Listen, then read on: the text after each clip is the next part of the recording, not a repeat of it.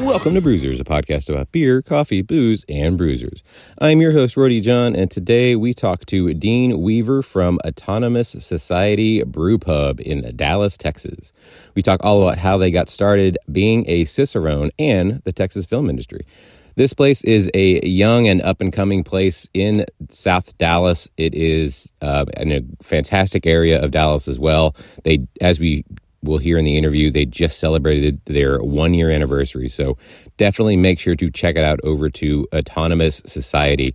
They are doing things that a lot of other breweries in the Metroplex are not doing. And with his Cicerone background, you get beers that other people just don't even want to try to make. So he is making those, as you'll hear. But first, make sure to sign up for our newsletter. It comes out twice a week. It has even more information about our guests, fun facts, and more information about our favorite podcast and your favorite podcast, all about beer, coffee, booze, and bruisers.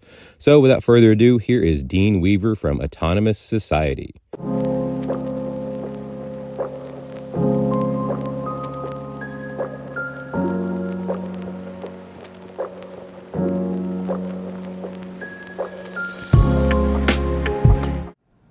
I would like to welcome to the show Dean Weaver with Autonomous Society Brew Pub. How are you doing today, sir? Good. I have to sneeze. You're good.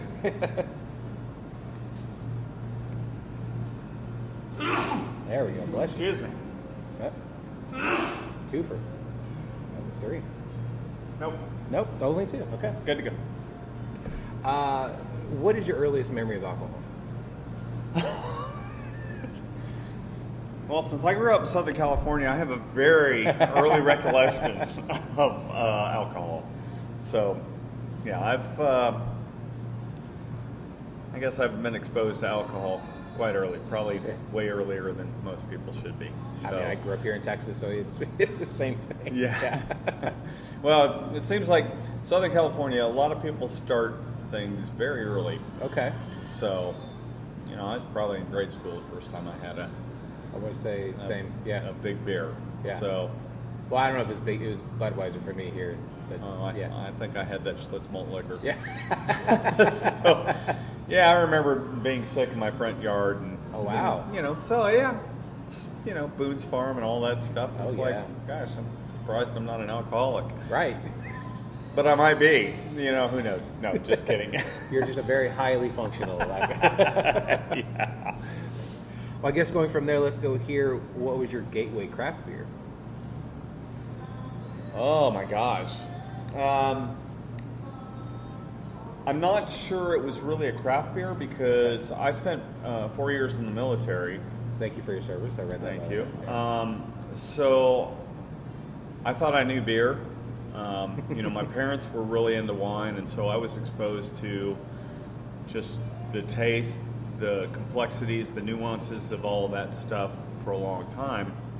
And my mom would always get me, when I turned 18, drinking age in Texas was at 18. Yeah. So she would get me these different beers that I thought were, oh, wow, these are great. And I thought, oh, yeah, all this other stuff is just kind of crap. And little did I know when I got over to Germany, it was like, oh, the stuff that I thought was great was really crap, it's too. Really crap. So my first exposure to good quality beer was in Germany. And then when I came back, finished college at TCU,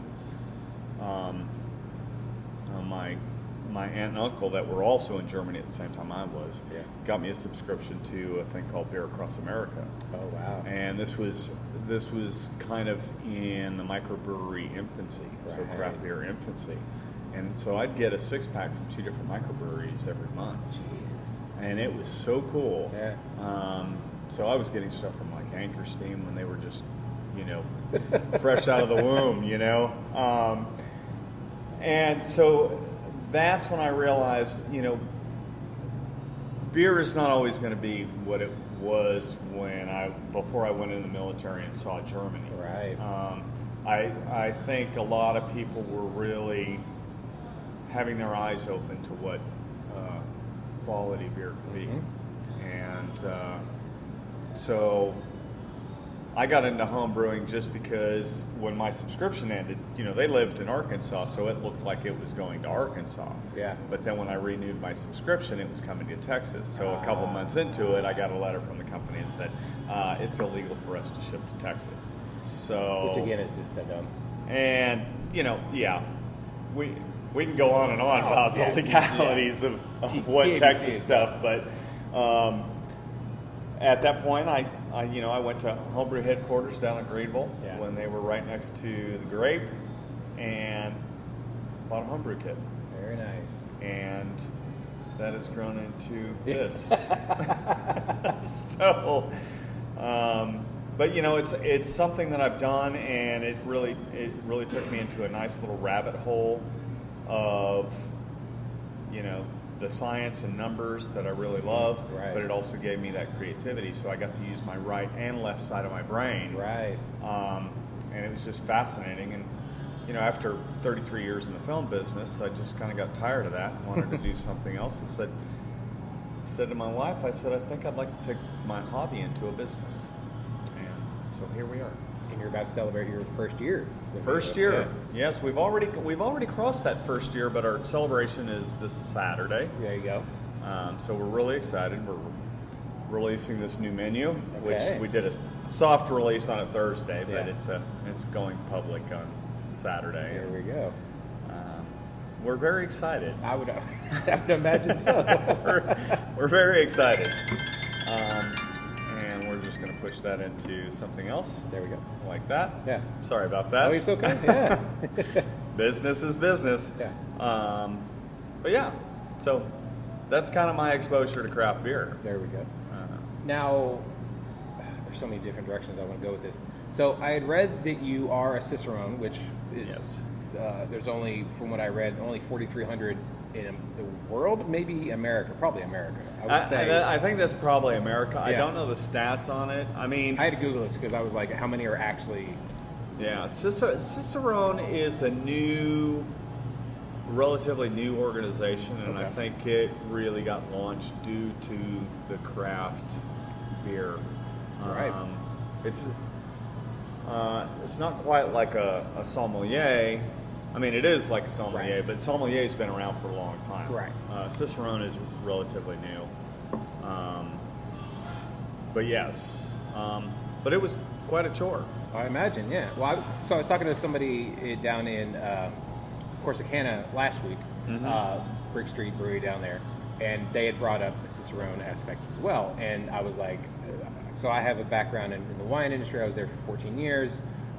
Maybe I'll get it back in, maybe I won't.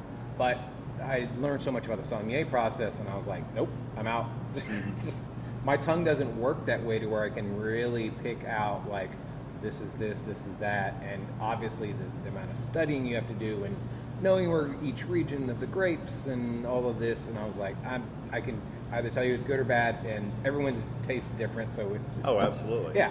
So when you mentioned that you had grown up with the wine and really getting the taste notes and everything, did that kind of also help later when you were getting into more of the craft beer and then obviously the Cicerone project as well? Yes and no.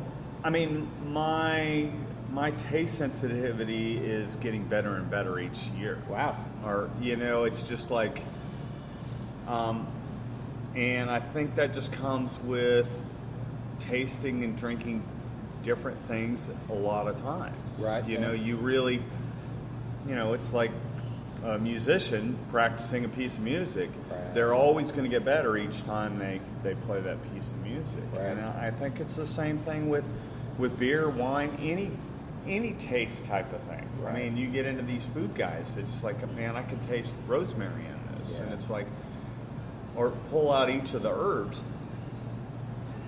That doesn't come just overnight. True. This is, It's a muscle. It's a muscle, and you really have to learn it. You got to dig into what are the flavors I'm tasting. Right. Write that stuff down, or just really consciously think about it. Yeah.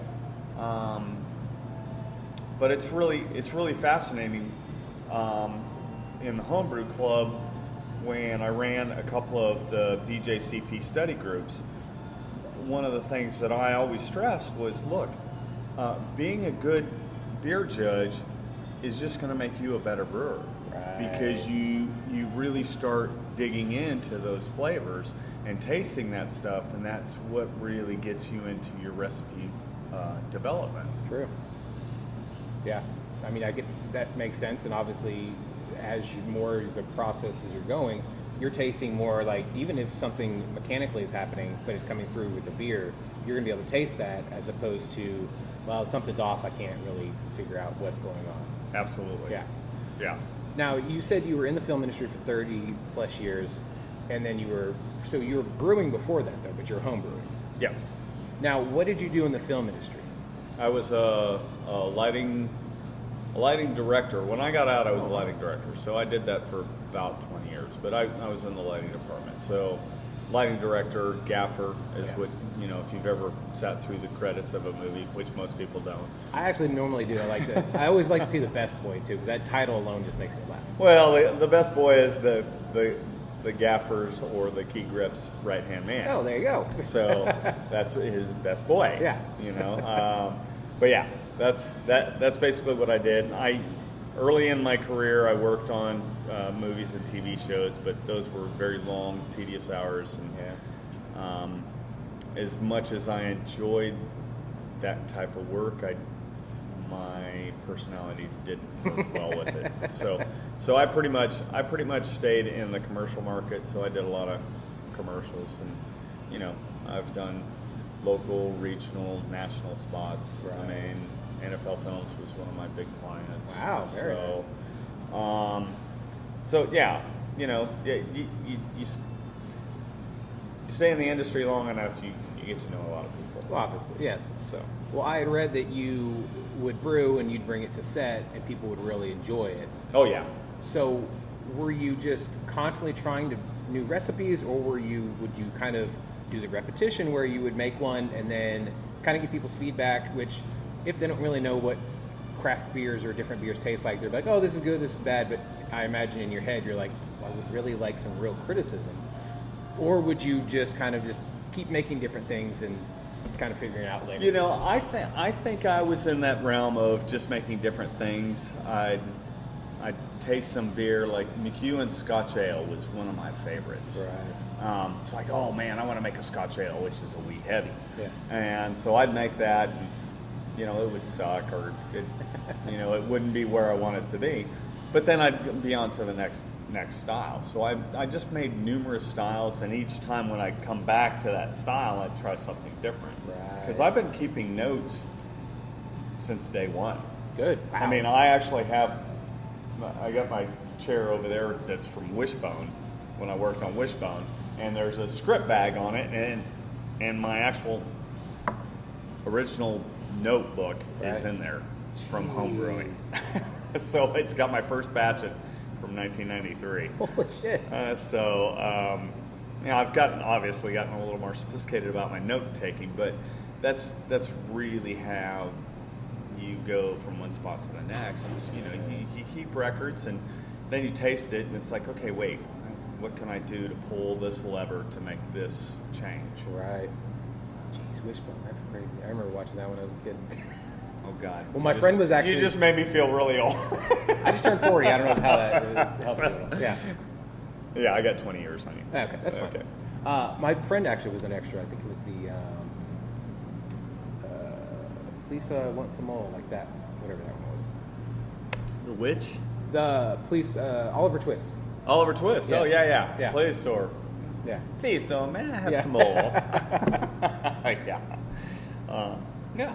Was that regional or was that a national show? It was shot here. Well, I know it was shot here, but I didn't know if it was. No, it played on all the PBS stations. Okay, I was just. It's such a big deal that I want to say Mattel owns it now. Wow. Owns the product. Interesting. So it's not being made, but obviously, yeah. But you know how things get purchased all the time and get set on the shelf. Oh, all the time. I think Mattel is really the owner of that product at the moment. Interesting.